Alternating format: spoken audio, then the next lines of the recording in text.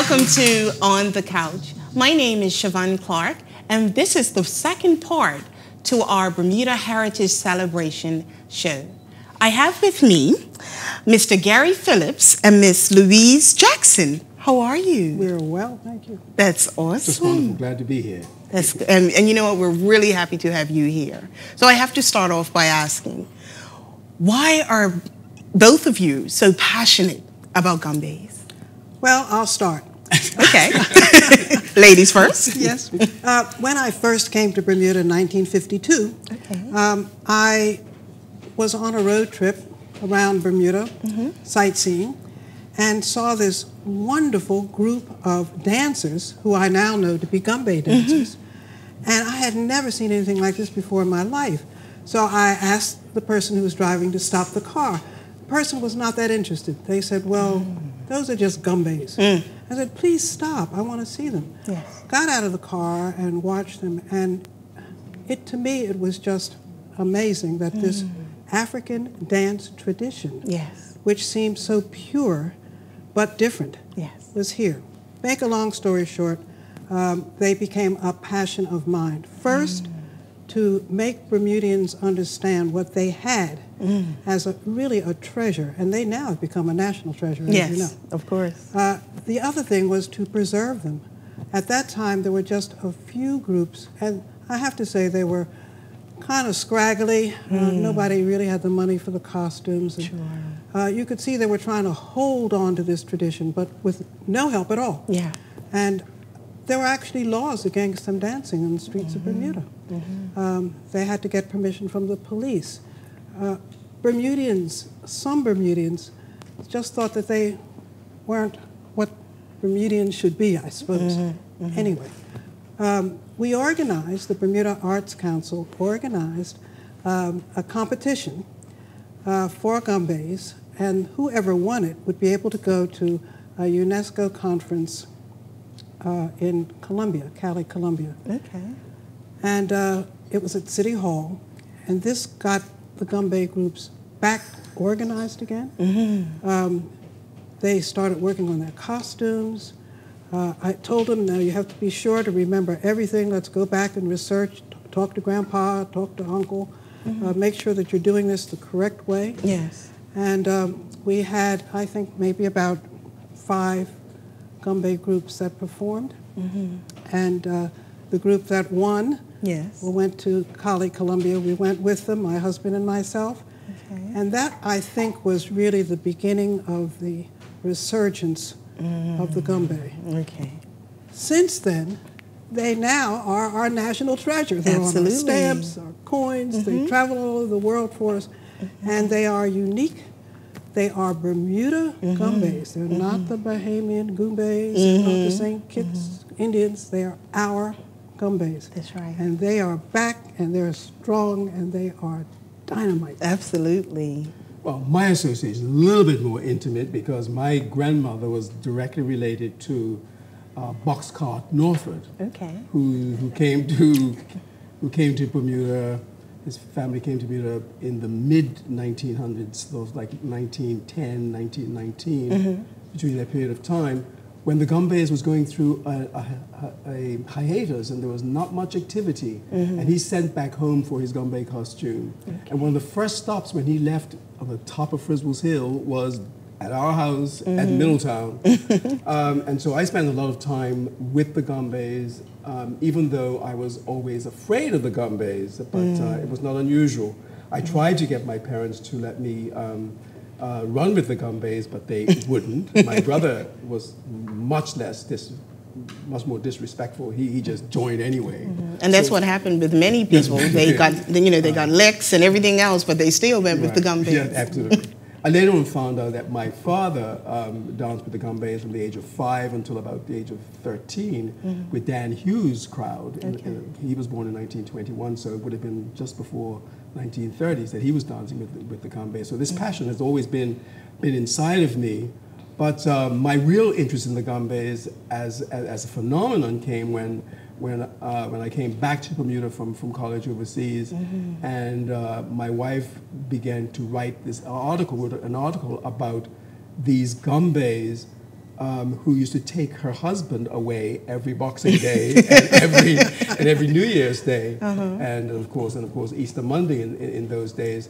And she started off the article in her. This was a cultural anthropological article saying, you know, why do I have to lose my husband on these days? And so she started doing some research, and that helped me to focus a bit more directly on the history and meaning of the gambes. And so my passion comes not only from an interest in the art form itself, but also the sociological side of the gambes as well. Absolutely. In other words, he's a gambe. He's a gambe. and what I have to say here is that this young man who I taught at the Berkeley Institute, was also instrumental in seeing that the gambes were preserved and shown to the world when he was the permanent secretary for tourism. Director, for tourism. He initiated a program which was for visitors, and it was during what we used to call the rendezvous season, from November to March. And a part of that was a gambe review, so that visitors could come free of charge and see the gambes perform and learn something about their history. And it has, I don't know when it started, many years ago. Oh, good Lord. I think it was back in the 70s maybe. No, 80s. 80s. And it still goes on today. And I have to say it is the most popular part of the season that they have. So one of the things that I like to be associated with is is that the community has now taken time through the Bermuda Arts Council and the Department of Cultural Affairs to spend each year to pause and recognize in the Gambe Festival, which takes place usually around September of each year. And that's in City Hall parking lot. City Hall parking lot, to recognize one of the most significant tradition bearers in the Gambe movement. That, I think, is really one of the biggest achievements that we've had, because I think it's so important. And of course, your grandfather, Griffin Wilson, was one of the persons that I recommended be recognized. And I think the Department of Cultural Affairs has to be congratulated for continuing that process, and also for highlighting these tradition bearers, because without that recognition, the gambes are in danger of being lost. I would like to, if you don't mind, go ahead. I would really like to talk about the gambe history. Yes. Because people really that was my next question anyway. And that is that we can see it's of African tradition. It was brought to Bermuda from Africa. And we have just, Gary and I are still trying to research this, but there are gambe groups who do the exact same thing that we do here, who wear the same costumes, the drum beat is the same, on an island just off of Senegal. We just found this out about a year ago. And we are still researching this. So we did know where in Africa, generally, the West Coast, but now we know specifically from that area. Anyway, the slaves brought it, and obviously some came up from the West Indies with it too. What makes it so unique to Bermuda is that it started to change. It's a dance of African warriors, men and boys. We know that women in Bermuda have their own group, which is wonderful because, again, Bermuda is unique as far as gambes are concerned. This started to change. The music started to change. The drums that they beat with sticks, they started to use snare drums and other military instruments. And this, of course, was because gambes heard and saw military bands playing Prospect. We had the British bases here. And they added that to their music. Now, it's very unique. This, because you wouldn't find a snare drum in the middle of Africa. Of course. so there you go. And but they used the rims for what we call rim shots, which gives it a wonderful sound. And then they also have the fife and the whistle and all of these other in the triangle. Yes. So Andy Bottle. I was just going to say Andy Bottle. Blow in the bottle. Yeah. So the music was different. Then you had the addition of Native American slaves who were brought to Bermuda, and there's a connection there now, as you well know. Yes. And they brought their choreography. Yes. The bow and arrow. You have the bow and arrow, the leading Indian. You have the tomahawks. You have a lot of the choreography, of course, and a part of the costuming. So you have this wonderful mixture, synergy, which makes it uniquely Bermudian. Yes. And you won't find this anyplace else. So let me ask you a question.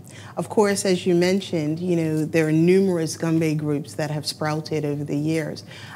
What are the main elements that link, if you wish, all gumbe groups? What are the bare essentials for a gumbe troupe? That's a very good question, because gumbe is dynamic. Culture is dynamic. Culture continues to evolve. Yes.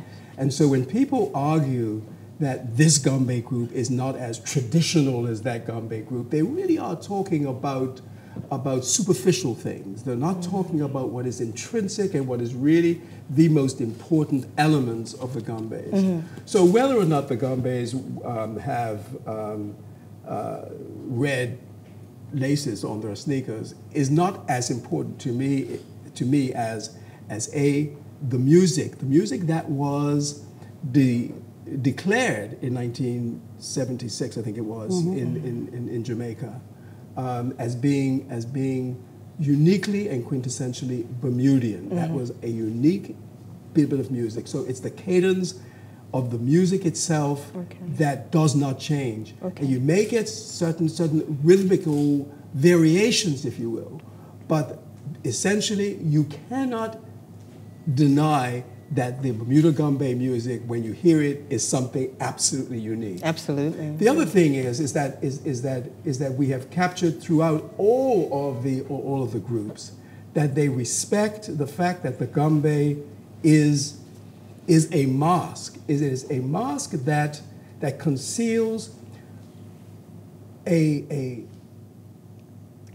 time when people would be persecuted for displaying their art and their culture and exhibiting that art and their culture.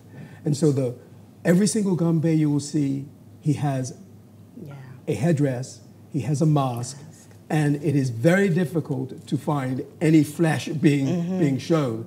And I do get a little bit annoyed sometimes when I see a gumbe with his mask off floating around. But I understand that might happen sometimes. But the important thing is that the face and the whole body must be completely covered. That there are the complete elements, whether it be the trousers and the overskirt, the garlands around the leg, and the beautiful mask. I just saw the mask of the Gumbe Warriors today, which is a new mask, and I think is absolutely fantastic. So I laud the Gumbe Warriors for that innovation, but nevertheless respecting what is really Bermuda. So you're talking about the elements being the music itself, the choreography, although I have to say that I would like to see a little bit more of the high kick steps and the high leaps, which I think is in danger, and the splits, which are in danger of being lost. But I think you'll be pleasantly surprised with Gumbe Warriors. Well, I just spoke to Shamika. He told me to be careful. I'd like to talk about the family element. Okay. I know that some Gumbe groups don't quite understand it when I say that the Gumbes are very much like something that we have in Philadelphia, and that is, of course... Is that where you're from, Philadelphia? Yes, originally.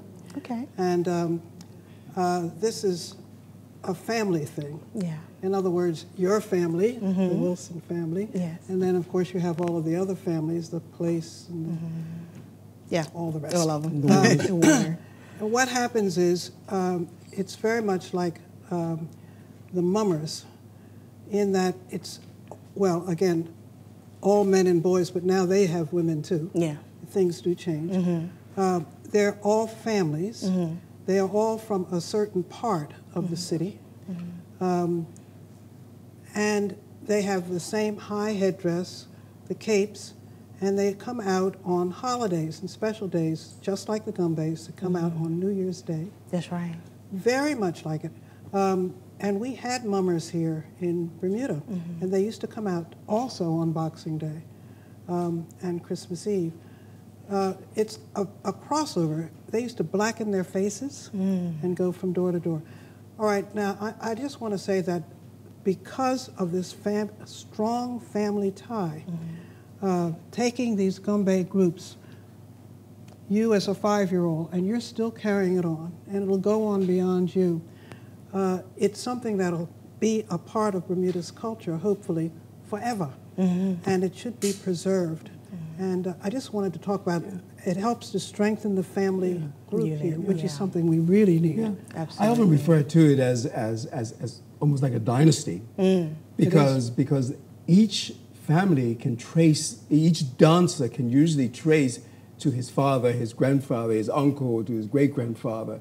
And that, I think, is so very important from a sociological standpoint. And the Gumbays is not just an exercise in choreography. It's a whole social thing. I mean, the entire family becomes involved. From the making of the costumes to helping out with the rehearsals, to providing food when the dancers are rehearsing and so forth. So I think it's the social impact of the Gumbays is understated. Absolutely. Totally understated. And also the universality and the cosmopolitan nature of it. Because you must remember, as Mrs. Jackson said a few moments ago, the Gumbays were not as respected then as they are now. Well, what I'd like to do, we're just going to take a commercial break, and then when we come back, we'll finish off our interview. Very good. Okay? In just a few minutes, we'll be right back with On the Couch.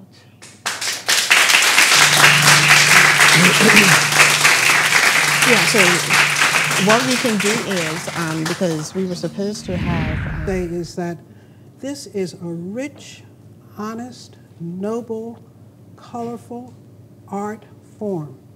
This is a dance that is unique. Yes. This is as unique as the Russian ballet.